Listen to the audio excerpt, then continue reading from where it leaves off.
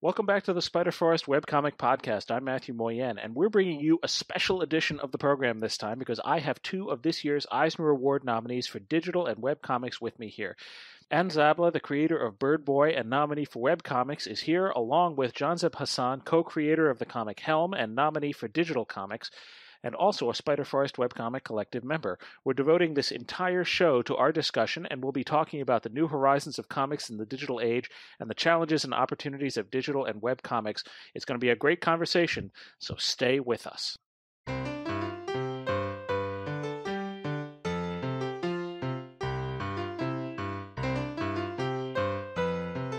Welcome to a special discussion session on the Spiderforest Webcomic podcast. I'm Mathieu Moyen, and with me are two Eisner Award nominees for the 2017 season. With us are Szabla, the creator of the comic Bird Boy. Hello. And Jehanzeb Hasan, who's the co-creator of the comic Helm. Hey, everybody. Thank you both very much once again for joining me. I really appreciate it. And congratulations to both of you on your Eisner nominations. How did you find out? How do you feel about it?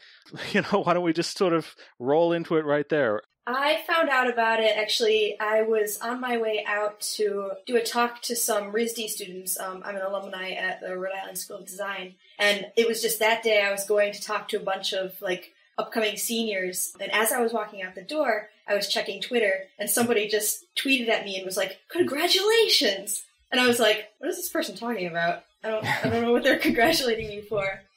So I just took a second and was like, "What's going on? I'm not sure." And then I realized that the Eisner noms had come out, and I guess I was sort of blown away because I didn't expect anything like that to happen to me. It was really a surprise, a pleasant surprise, but I don't know, I was floored.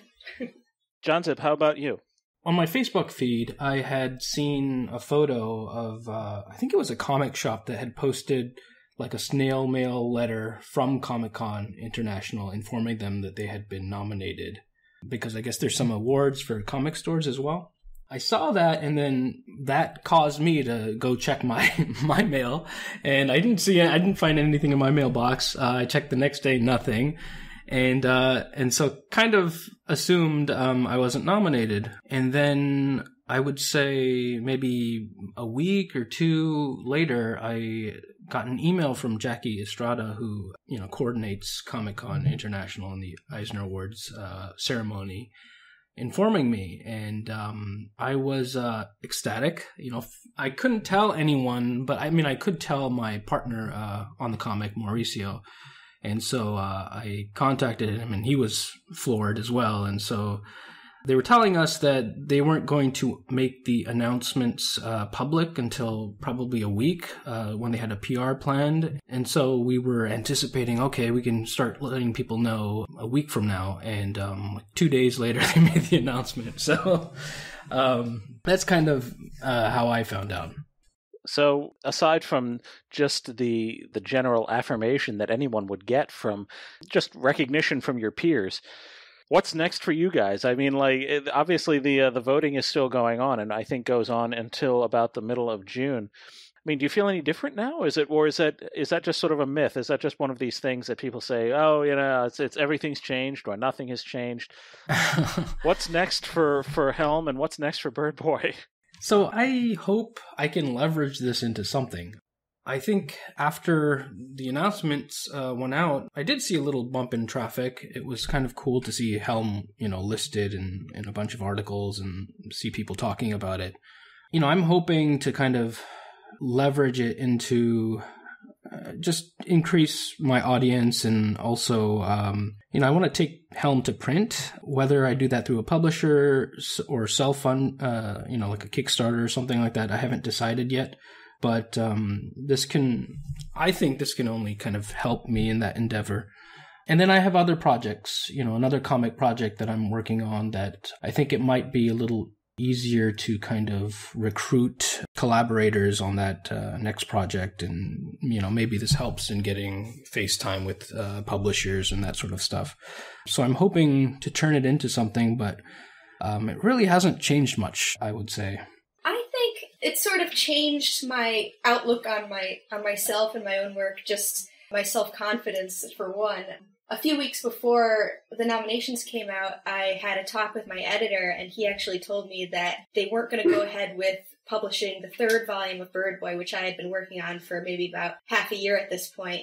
And that was sort of a real blow for me. And I was thinking, maybe this isn't for me. Maybe I should just sort of calm down with the comics thing and ease up a little bit. Not that I could ease up entirely, because comics for me is kind of like breathing at this point. I just have to have one that I'm doing. But having that Eisner nom there sort of brought me back to a place where I realized, I was doing the right thing, continuing this story. And I guess it would become a good thing now that I have this to sort of go to new publishers and try to get my book put out through them too. And and so I'm just going to continue for now, just putting out volume 3 online, putting out I have a second comic that I've started working on this year called Banquet, and that's sort of been taking up more of my time, so that's exciting. And I have seen sort of that same bump in traffic with both my comics, and also a huge bump in Twitter followers as well, which has been really great. Well, that brings up an interesting point. Both of you have just mentioned print comics, and yet you have both been nominated for your digital work. How do you feel about that? For starters, the Eisner Awards divides up digital comic from webcomic and makes a distinction there. How do you feel about that distinction as it applies to your work there? Do you think that that's a valid distinction? I personally, I don't understand the, the definitions. I think they were defining webcomics as, works that are created just for online platforms, and then digital comics they're meant to be traditional kind of comic book format, like dimensions, and for viewing as a PDF or through some other digital means. And I feel like these categories sort of need to be better defined. On the one hand, I'm glad that they made this distinction between webcomics and digital comics. I think this is the first year that they've done this.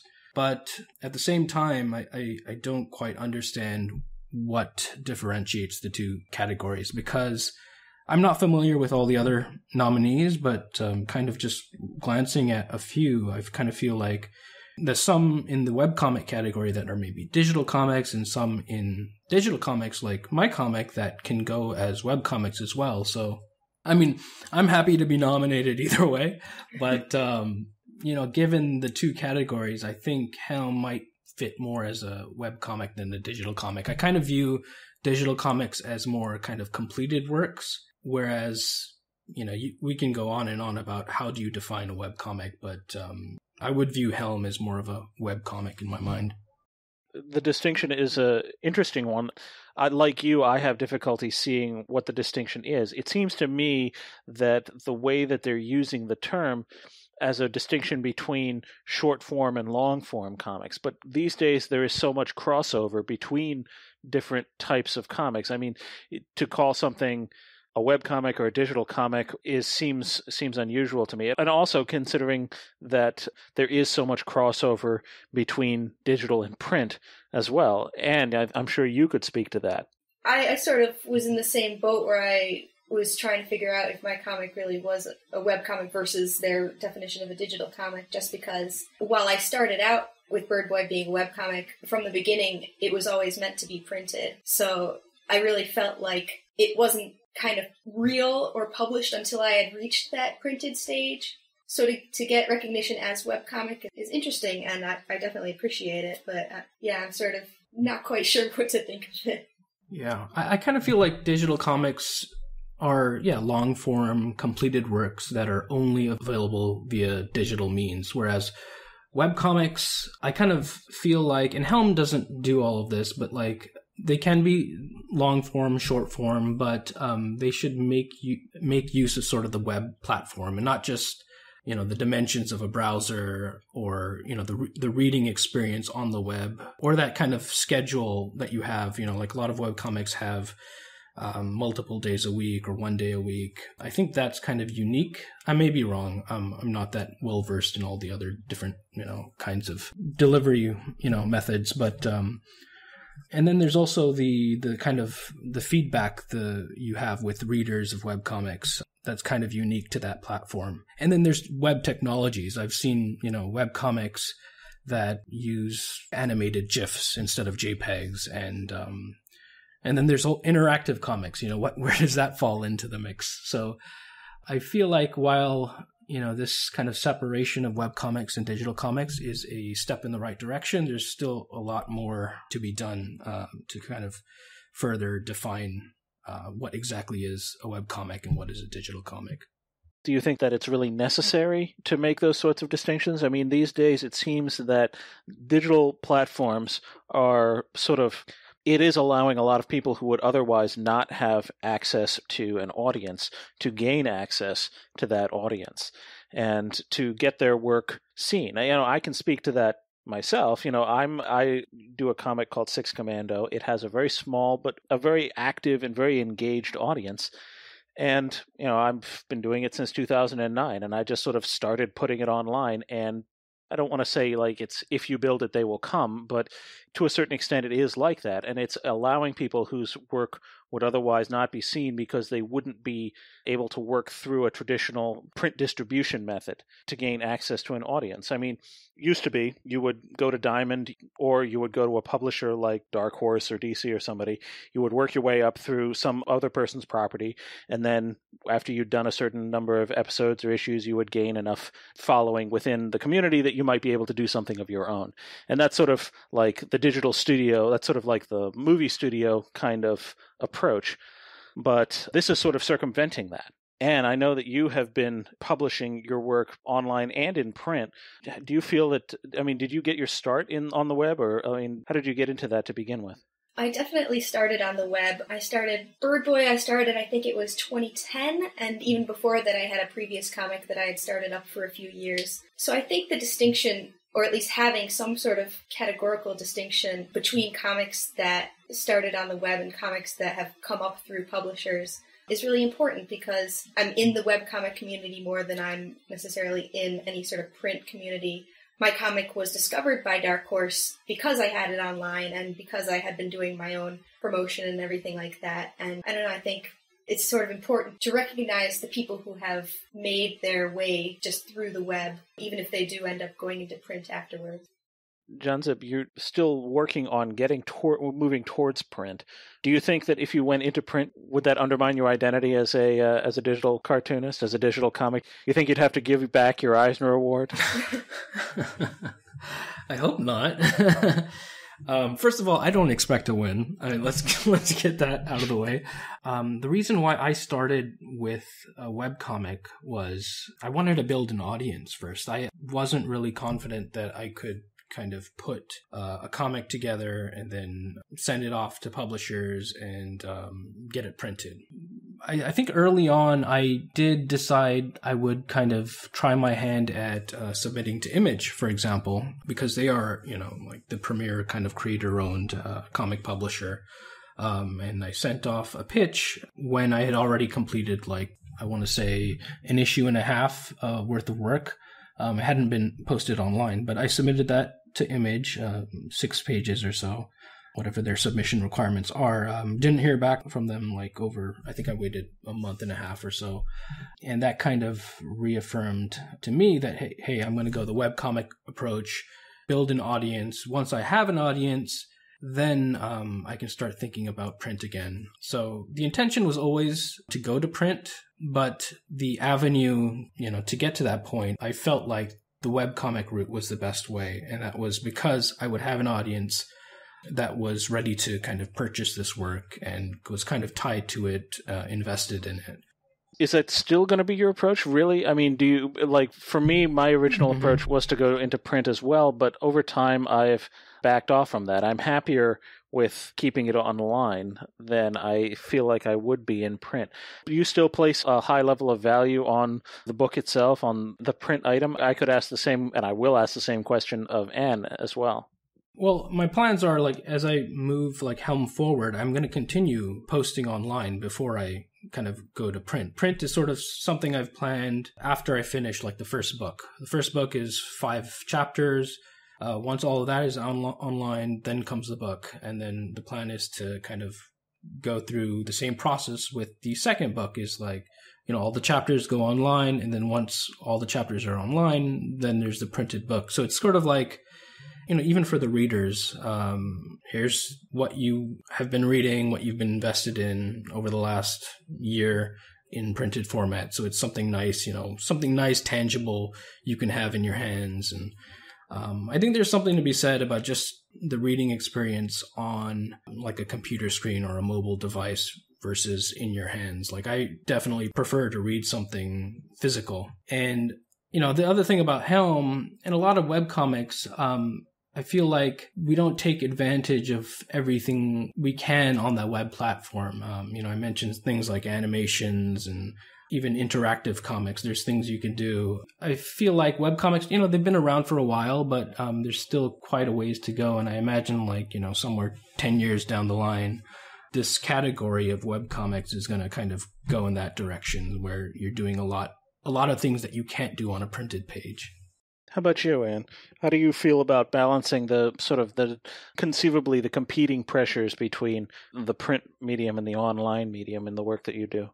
Well, for me, it's interesting because for a while I thought that I was definitely going to focus myself on the print, especially right after I had been taken on by Dark Horse. I was ready to sort of take everything offline, bring it all to print. I would have them deal with everything. Interestingly, it turns out I've been in webcomics for so long that I really miss that connection you have with your audience, putting a page up every week or every couple of days, getting input from them, feedback from them, even in terms of monetary aspects, getting a royalty check from my publisher, you might see a couple $100 every few months. Whereas if you put a webcomic up and then you have extra content on, say, Patreon, I was seeing a much higher reward through doing that. So I definitely am feeling like if I did have to choose at some point, which I hopefully never will, I always want to have both parts of my comics in print and parts of them online. But if I ever had to choose, or if I ever had to focus more on one area, I would definitely stick with webcomics, especially today and seeing how far we've come with them. Back in the early 2000s, I felt like webcomics were around, but people didn't really know about them. They didn't know how to read them. There wasn't so much, emphasis on putting them on mobile. And now we're seeing, new apps like Webtoons and Tapastic, things like that, where it's suddenly much easier for people to find these comics online and sort of make them become part of their lives. So I definitely think that it makes sense for me to really sort of focus on the web aspect. The interactive nature of the webcomic is definitely something that I think is among the better aspects of it for the creator. And I think it can be one of the better aspects for the reader as well, because it means this sort of interactive experience, not necessarily interactive in the sense of you click on it and the comic interacts with you actively, but that you are having some sort of a direct interaction with an artist who's creating a work of art that you like to follow. It would be as though someone were producing a TV show that you would comment on and be able to talk to the director and actors on that show in real time, even though there's always some sort of time delay because people have other jobs, people have work that they do that they need to pay the bills. But at the same time, the website is this sort of permanent record of all of the interactions that you're having with your audience.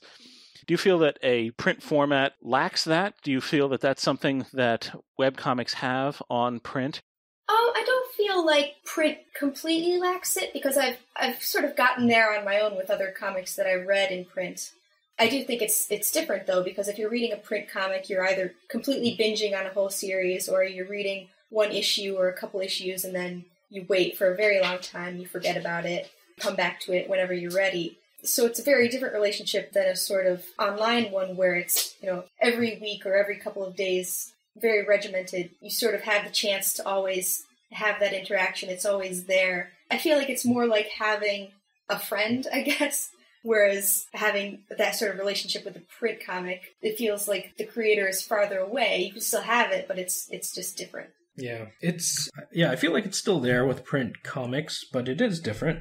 The way that it's there is you see on Twitter, these comic artists or comic writers, comic creators, you can see the interaction that they're having there, but it is a bit different with webcomics where, the page is right there, you're commenting on a per page basis, and just the frequency of the updates.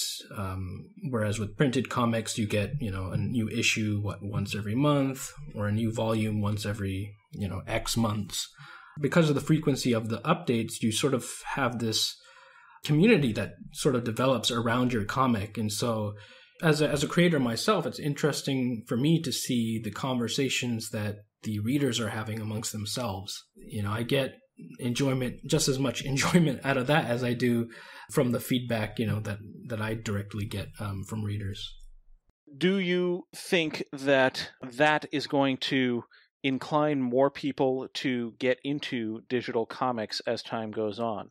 I mean, if you look at where we are now, 20 years ago, when, say, webcomics were really just starting, there weren't very many of them, and they were essentially cribbed from dailies like you would find in a newspaper. Now, newspaper dailies are more or less a sort of, I wouldn't want to say that they're in decline, but anyone can start a webcomic. And you don't have to get into a distribution network. You can distribute yourself.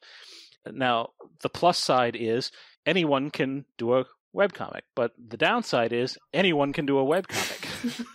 So some people who maybe shouldn't be are, and some people who maybe should be aren't. Do you think that conversation between what was and what is, sort of between the print and the digital, is going to continue, or do you think you have full-fledged artistic long-form comics online that wouldn't have existed, and I don't think anybody would have conceived of it 20 years ago, and now there's very much more of it than there is continuous print media. Do you think that is a direction that we are all going? Or, I mean, not to ask anyone to predict the future, because who can do that, but how do you feel about it? How do you feel that the trend is developing right now? I'm always for more comics, even if they're kind of, not there yet. I think there was a time when I was making comics when somebody would say to me, like, what the heck are you doing? So I think it's great. And I definitely think we're moving in a direction where there are going to be more online comics. And I think there should be. I think there's sort of been an interesting cyclical kind of thing going on just with kind of dailies and comics that, in the past you would have seen in newspapers. I know I went to Comic-Con several years ago, and there was some panel that I had gone into, and somebody had asked the question, they were like, oh, I really want to be syndicated in newspapers. That's what I want to do. And everyone kind of started laughing at that person, which I thought was kind of sad because that's really what they wanted to do. And now we're seeing that same style of short comic coming back, because not everybody can do a long-form comic. Not everyone wants to do a long-form comic. But these short comics, there's really no risk aside from, if you put a comic online and someone doesn't like it, then, oh, boo-hoo for them. But I think it's great that people could just put stuff up, as long as they want. They can start something long, they can stop it if they want, just let them do that. Jehanzeb, what do you think? It has been growing, the presence of comics, on this like online medium. One of the things you touched on, Matthew, was that there's so many online comics out there. I think one of the things that you're starting to see, and you have been seeing, is one of the challenges we have is, how do we build an audience?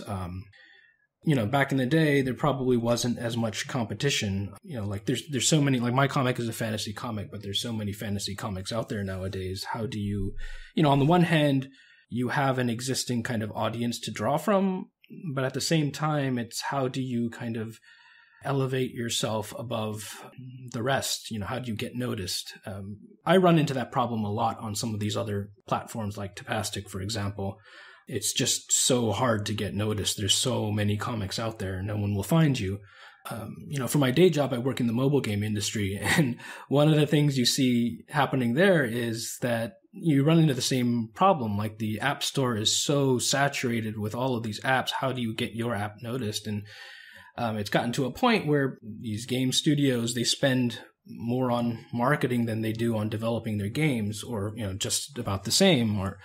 And that I fear like that might be the path that online comics head, where, one of the reasons people choose webcomics, one of the reasons I chose webcomics was there was a low barrier for entry. It's sort of like YouTube in the early days. You just start posting videos, you create a channel, and you can find an audience organically. But it's getting to a point where you have to start investing in marketing your comic. And, it helps when you have like groups forming, like Spiderforest, for example, is a great example, that kind of cross-promote, and you see that on YouTube as well, where you had these sort of groups that formed multi-channel groups that sort of cross-promoted. And so I think that's one of the biggest challenges I see looking, ahead. The future of online comics is, it's going to continue to be a low barrier for entry. Anyone can create a webcomic, but how do you get noticed? How do you build that audience? I think that's going to continue to get more and more challenging. And yet both of you did find an audience, and both of you have been noticed, obviously. Well, noticed enough to have captured nominations in the 2 digital categories of the 60-some Eisner categories devoted to comics of various types, varieties, flavors. Do you think that it's still early days? Do you think we're at the beginning of it? Do you think we're at the end of it? I mean, do you think that we're moving towards a point of saturation, or is it just going to keep being an open field and it's just going to be a matter of whose tree grows the tallest? I feel like it's pretty saturated already, to be honest. I mean, I'll be honest. I've had to spend a little money on marketing the comic in order to build the audience that I do have. The Eisner nomination, it set some traffic my way, but I was actually talking to a friend about this recently, just the other night. He was asking me how much traffic did it bring. And I told him I couldn't really tell, because like the same time I sort of got the nomination, I started advertising a bit the comic, and so I couldn't really, the way I had set it up, I couldn't really differentiate. Is the traffic coming from the Comic-Con site or an article that was published related to the Eisner, or is it coming from the advertising that I'm doing? And based on what little I can figure out, it seems to be coming more from the advertisement. So I feel like there's a lot of comics out there and online, and it's just really challenging in order to build that audience. And I'm trying all these sort of methods to continue to build that audience, but it's really hard to do it if you don't spend a little money on advertising, or if you don't have an established audience already. And how do you feel about it? You mentioned earlier that, was it Dark Horse that said they were not going to print book 3 of your comic? Yeah, and it's interesting because they said that, and I wasn't too worried about it, just because I do feel like that sort of second golden age of sort of comics is either coming or is very close to being here.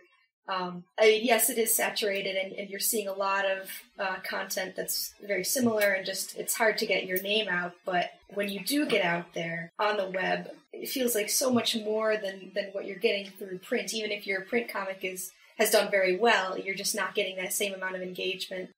So I don't know. I think it's a good thing that we're seeing more. Well, plus you've also mentioned things like Kickstarter and Patreon and other avenues of generating revenue for artists these days that simply, not only did they not exist 5-10 years ago, at the very least were in their infancy, they were things that people probably wouldn't even have conceived of early in the world of, webcomics. Well, webcomics were first coming out. I mean, I remember very early gone webcomics that would have to be packed with advertising, and you'd basically have to merchandise from day -1 because people just couldn't make a living at it. And even now, I think that the demand for free stuff has gone up, not down, whereas print media are still things that people are willing to lay out for. Are we moving in the direction of more people being able to make a living off of their art, or are we all just going to have to adjust to our day jobs? I've definitely already adjusted to my day job, and I made that decision not even a couple years ago, maybe a year ago, when I was trying to come to that decision myself. Bird Boy had been doing pretty well in print at that point. I was feeling like I could potentially, eventually, get into comics full-time. The thought of it for me, because comics have always been, I guess, my go-to place for relaxation more than toil, I guess. The minute it became more of a job than a fun thing, I sort of started losing my interest in doing it. So I did sort of make that decision for my own mental health more than anything to really focus on the comics, just doing what I want to do with them, having that day job for my, financial security, and just going that way. And it's not something that people want to hear. I know people want to hear the success story of the comic artists that made it big and now they have movie deals and everything. And I love hearing those stories too. And, I'd like to think maybe eventually someday, who knows, we'll get to a point where I could have enough people on Patreon supporting me or something like that. But I don't want to have to break my back sort of trying to reach that. I'd rather have that day job, even if it's, not the greatest day job, and then be able to make comics that, instead of, our comics that are tried and true methods of making money, things like, I don't know, like superhero comic or something like that I would never originally be interested in, I could really focus on something kind of artistic and different and risky. And that's the path I've chosen, which I know is not the path for everyone, but, that's where I've gone. It gives you the freedom to be irresponsible. Exactly. There's a saying that my brother taught me once, which is work is what you do for other people, art is what you do for yourself. Yep. And for me, that's the great thing. Like, that's why I don't push a lot of advertisement. I don't do a huge amount of marketing, and I subsidize my comic myself because it gives me the freedom to do it the way that I feel like doing it. And I think that's one of the great things about the digital media, that you don't have to chase somebody else's standards quite as much as you do if you're purely in print. Yeah, definitely. I agree with you, both of you. My story of how this comic sort of came about was originally I was going to just create a video game, and as I got into that process, I realized that, hey, at the end of it, I just want to tell a story, and it's going to be a bit more reasonable from a cost perspective to do this as a comic, and that's how I kind of started on this path. And I'm all self-funded. I've always wanted to tell stories, create stories, ever since I was a little kid. But, and that was one of the reasons why I kind of entered the game industry. Before I got into games, I was a English major, and I was going to be an English professor and write novels and those kinds of things. And even before that, I was going to be doing films. So I always had this kind of itch to, tell stories. But once I was in the game industry, I was finding that, I hate to say it, but it's not really that, not all the time. It's not that creative of an industry, We're kind of guided by market trends, and, monetization design is huge right now and has been for a while in the game industry. So, and my role has been always more kind of project management oriented. So I have not had really the ability to kind of scratch that creative itch of mine. And so that's how I got into comics is, I said, you know what, I want to do something creative. I will do that in my spare time. And then, for as a day job, kind of use extra spending cash that I would spend on, going to a basketball game or, going on a trip somewhere. I'll put that towards my comic. And really the reason I do my comic is, both of you have said, is to get that sort of satisfaction of just, creating art for yourself. Although I will say that, apart from just kind of creating it for myself, I do get a lot of satisfaction out of that user feedback. People actually, when I know people are reading the comic, but not just reading it, but actually engaging with it and kind of trying to figure out what's going on. Are there, characters with ulterior motives? Where's the story heading? And just kind of, the same kind of stuff you see on Twitter or on your Facebook, social networking feeds about TV shows that are running. And it's kind of like a, pretend way for me to be like George Lucas, or Tolkien or the Game of Thrones guy, whatever his name is. George R.R. Martin, that's it. Your own personal George R.R. Martin. I think within the boundaries of our studios, we're all our own personal George R.R. Martin. Maybe for me it's Robert Heinlein, since I do science fiction, but it's yeah.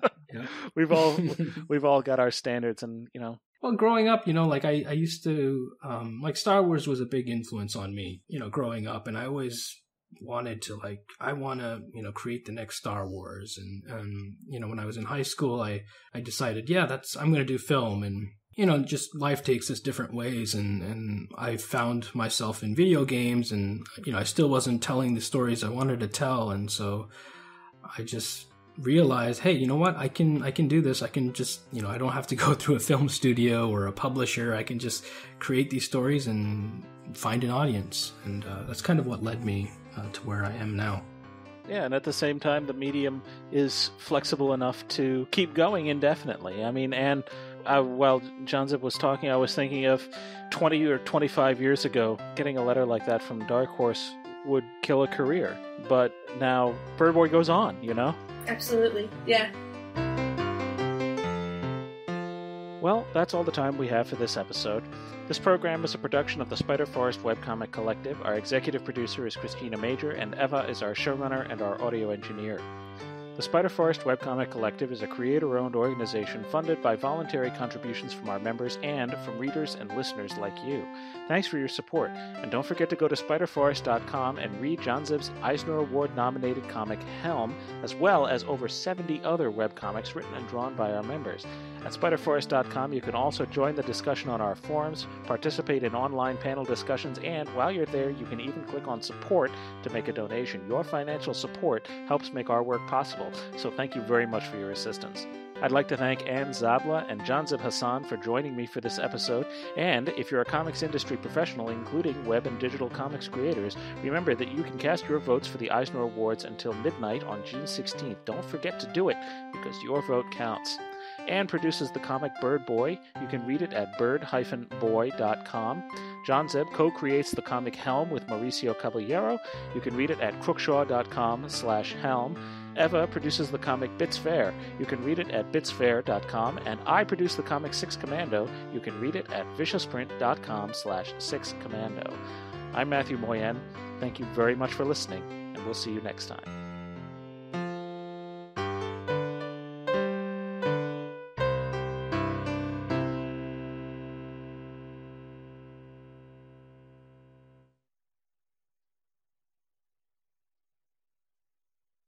Thanks, guys. That was perfect. As soon as I didn't accidentally call you winners. I mean, if it were up to me, you would be. But jinxed us both. Oh God. Well, we're gonna try and you can still vote. Everybody, go and vote. Vote for them. I cast my votes